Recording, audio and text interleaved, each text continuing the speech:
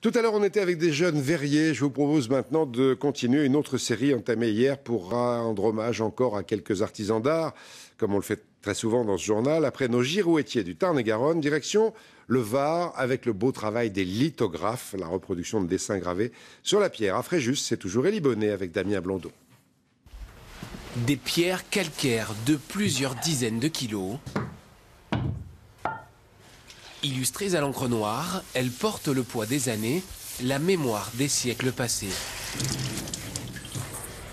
Inlassablement réutilisées, elles sont sans cesse effacées. Pour cela, Mario Ferreri, lithographe, perpétue des gestes d'un autre temps. C'est sensuel, hein, je pense que c'est le mot exact. Lorsque l'on fait les 8 sur les pierres, on a un son qui est particulier, qui est assez strident et on l'entend quand le sable est bien écrasé par rapport au champ que la pierre est grainée. Là, je suis en train de définir si le grain est achevé ou pas. Des heures de préparation, en silence et en parfaite harmonie. On est conscient de travailler avec la pierre, donc on est humble. Comme disait Braque, la pierre vous rend ce que vous lui avez donné sous forme de baiser. On n'a pas besoin d'agresser la pierre. Il faut vivre, il faut être à son écoute et lui laisser le temps. À partir de là, elle vous le rend et c'est fabuleux, quoi. En plein cœur du vieux Fréjus, peintres et dessinateurs se rendent chaque jour à l'atelier. Oh Jean-Claude, bonjour, comment ça va? Ici, chacun vient faire parler la pierre à sa manière. Habitués aux chevalets en bois, sur lequel repose une toile blanche et légère, ils ont apprivoisé ce support atypique. Qu'est-ce que tu penses du grain? Très très joli grain, merci Maria. Un bloc lourd et épais, sur lequel résonne la mine du crayon gras. Une sensation, une fois goûtée, que l'on ne lâche plus. C'est tellement fin, c'est tellement accueillant. Ça n'a rien à voir avec le papier. Le papier, c'est quelque chose d'agressif. Mais la pierre, je ne suis pas sûre que je trouverai vraiment les mots appropriés.